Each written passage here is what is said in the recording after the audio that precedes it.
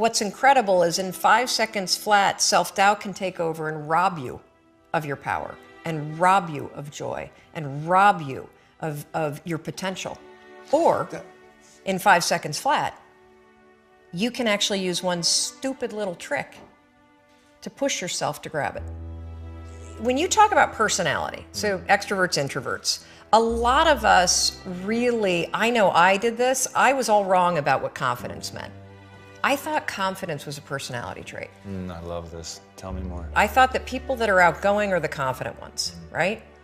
And the truth is, confidence is not a personality trait at all. It's a skill. And a lot of the extroverted people that you know are actually very insecure. I used to be one of them. I used to be the kind of bossy, crass loudmouth that didn't believe in myself, that didn't believe in my ideas, that didn't have the confidence and the courage to really be the real me, who I am, who I'm not, flaws and all. There are a tremendous number of introverted people that feel uncomfortable putting the attention on themselves, but they're very, very confident in their ideas. They definitely believe in themselves.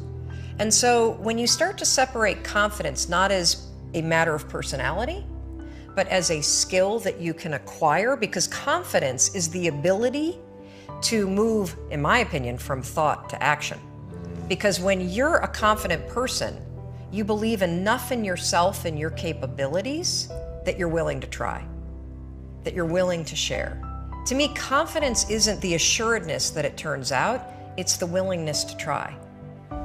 And that was a huge insight for me. And what a lot of people don't know about me, although I share this on stage and I'm extremely open about this because this is a topic that's really important to me, is that the single most profound use of the 5-second rule is mind control. And I say that as a lawyer. I will tell you, you can use this stupid trick to cure yourself of anxiety. Yeah, I wanted to talk about that. So you struggled very profoundly with anxiety. So walk us through like some nuts and bolts of how you use the 5-second rule, because I think so my hypothesis and the reason we founded Impact Theory is that the world is living through 2 pandemics. The pandemic of the body, which everybody understands because it's so visual. Yep. Being overweight, dying of diet-related diseases such as diabetes and things like that. But because the second pandemic, the pandemic of the mind, is invisible, people don't realize how pervasive a suicide is, and I think it's the leading cause of death among young men. I mean, it's crazy. And then that there are ways that they can go about attacking that and fixing the problem. So walk us through that. Sure, I would love to. So first of all, I literally have struggled with anxiety my entire life. And anxiety, for this conversation, the way I define it is the habit of worrying spiraled out of control. You know, you may say that you are a worrier. That's not true. You have a habit of worrying. A habit is a pattern of behavior or thinking that you repeat without realizing it. So anxiety happens when that pattern of worrying about things spirals out of control, and now it starts to marry and manifest itself with physical sensations too. That's all that it is. I know that I say that's all that it is. Me personally, I struggled with anxiety, I think my entire life. It became quite acute when I was in my late teens and early 20s. I became medicated in the middle of law school. I took Zoloft for 2 decades. When our first daughter was born, who is now 17, the postpartum depression and the cascading panic was so terrible that not only was I medicated and couldn't breastfeed, but I couldn't be left alone with her. So when I say you can cure yourself of anxiety, I don't say that lightly. 4 years ago, after I had been using the 5-second rule to change my behavior, how I spoke to my husband, how I negotiate in business meetings, how I conduct sales, the kind of parent that I am, my health habits, my eating habits, curbing the drinking, I thought, I wonder if I can use this 5, 4, 3, 2, 1 thing to get control of my thought patterns. Not my behavior patterns, my thought patterns. Yes, you can. So we're gonna build this conversation, because I want to start with something we can all relate to, and that is, how do you stop worrying and how do you stop listening to self-doubt? This is how you're going to do it. So all day long, you're going to have moments where your thoughts drift, and I use that word on purpose. Because for me, there is a physical sensation when you start to use the 5-second rule and you start to wake up, not only on time in the morning, but you wake up to your life and the opportunities in your life.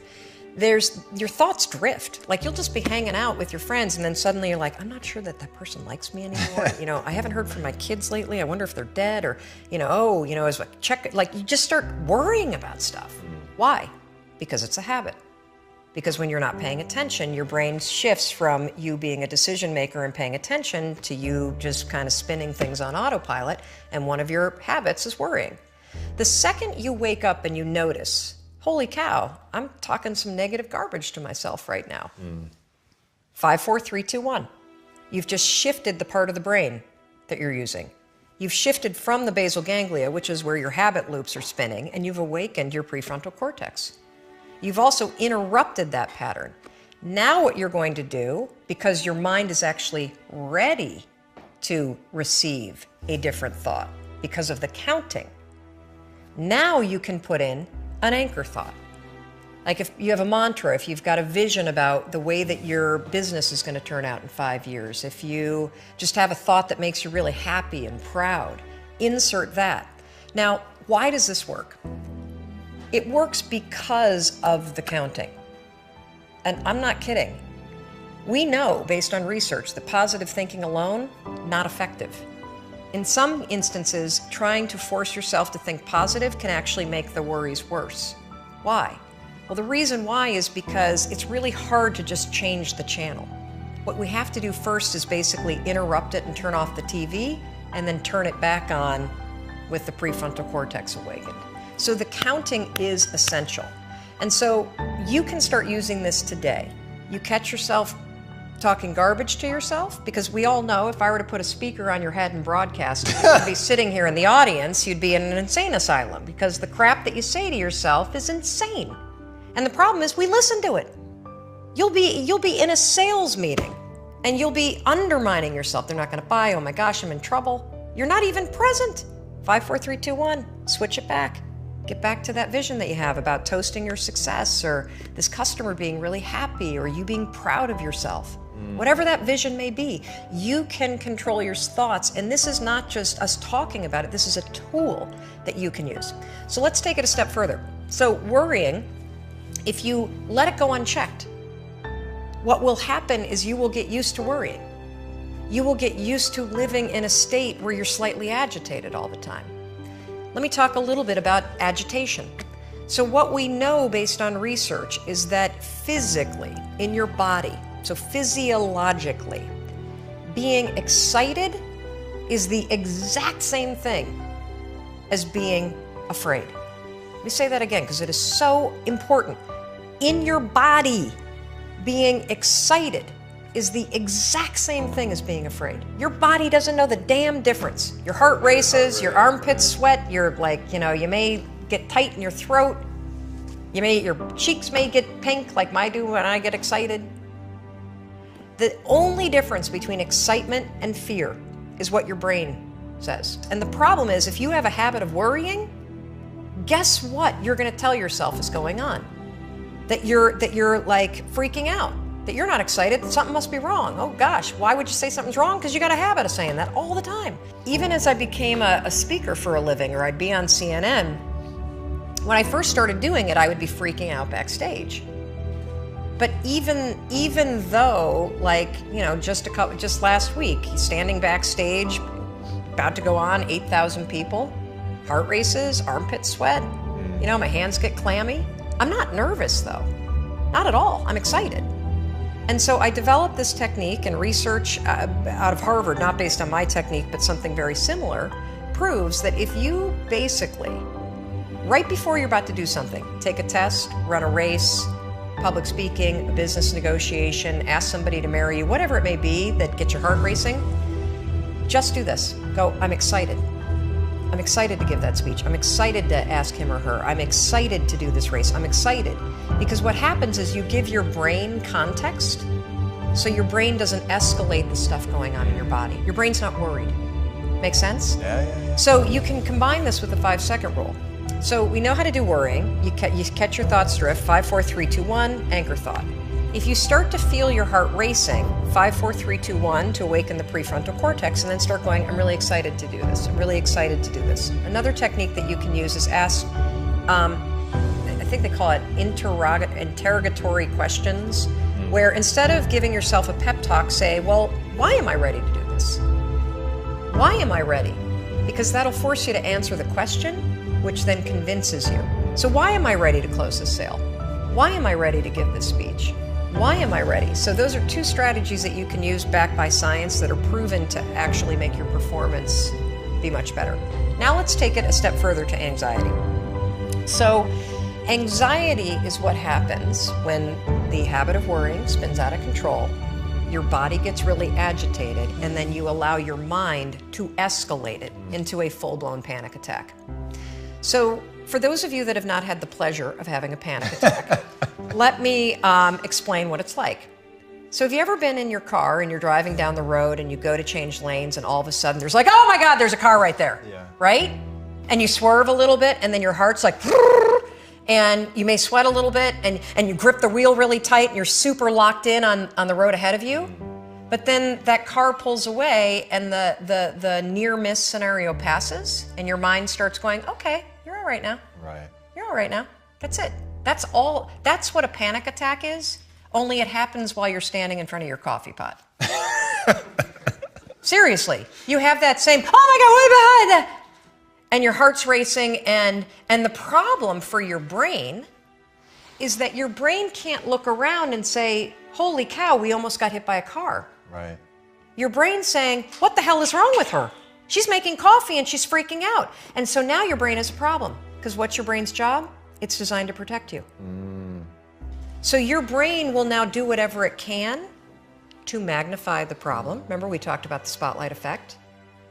It'll start telling you all kinds of crazy stuff because it can't figure out contextually what the hell's going on. She's just making coffee, now her heart is racing and she's breathing really. Holy cow, maybe she is having a heart attack.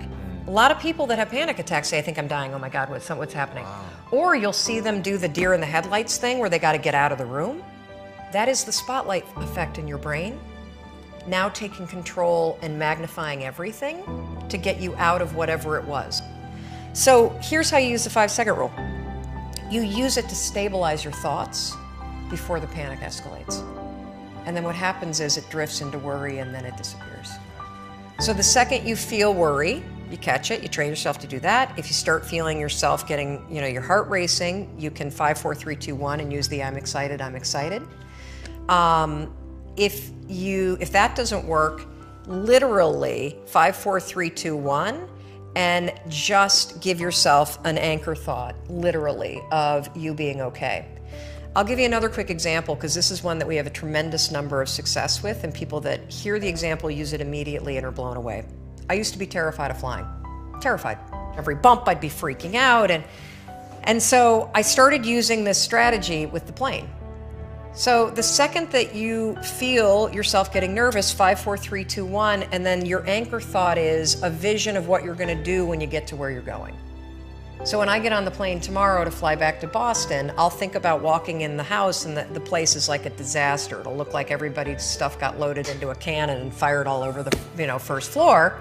And so if we hit turbulence, 5, 4, 3, 2, 1, I'll think about that vision, because cognitively for my brain, if I'm walking in the house and it's a disaster, the plane made it. That's the power of this. It's incredible, incredible. What I love about you, Mel, is that I love how raw and real you are about your own situation, because people are going to look at you and the first thing they're going to want to do is make you extraordinary as a way not to have to live up to your standard, because what you've accomplished really is astonishing, and seeing you on stage is unbelievable. Unbelievable. You're so good at that, and I know that it comes from working your ass off, but wow, it's very, very impressive. Thank you. But then that you use techniques, like that you've got answers for, how have I done this? I've done it like this. And I've had guests sit across from me that's not their shtick, right? Like they have done truly extraordinary things with their life, but they seem just totally blind to how they did it. And the fact that you can walk people through it is so cool. Well, I think we're all flawed. And that's the beauty of who you are. And instead of trying to make yourself perfect in every area, it's so much easier when you accept the things that you're terrible at, or that are your weaknesses, or that are the things about your wiring. Look, if I were diabetic, I would take insulin. I happen to be somebody that's wired for anxiety. No big deal. So figure out how to, instead of fighting those things, actually trick it. Because the truth is that you're never gonna feel ready to make these changes. You're never gonna feel like doing them, but you can always make a decision. That's always in your control. Staying with somebody that treats you like garbage is a decision. It is. Staying at a job that you hate is a decision.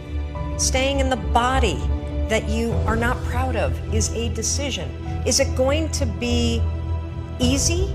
No, it's not going to be easy to change. It's simple. Do a Google search and then use the 5-second rule to force yourself to do that stuff. Change comes down to 5-second decisions, and this is why the 5-second rule is important for everybody to know.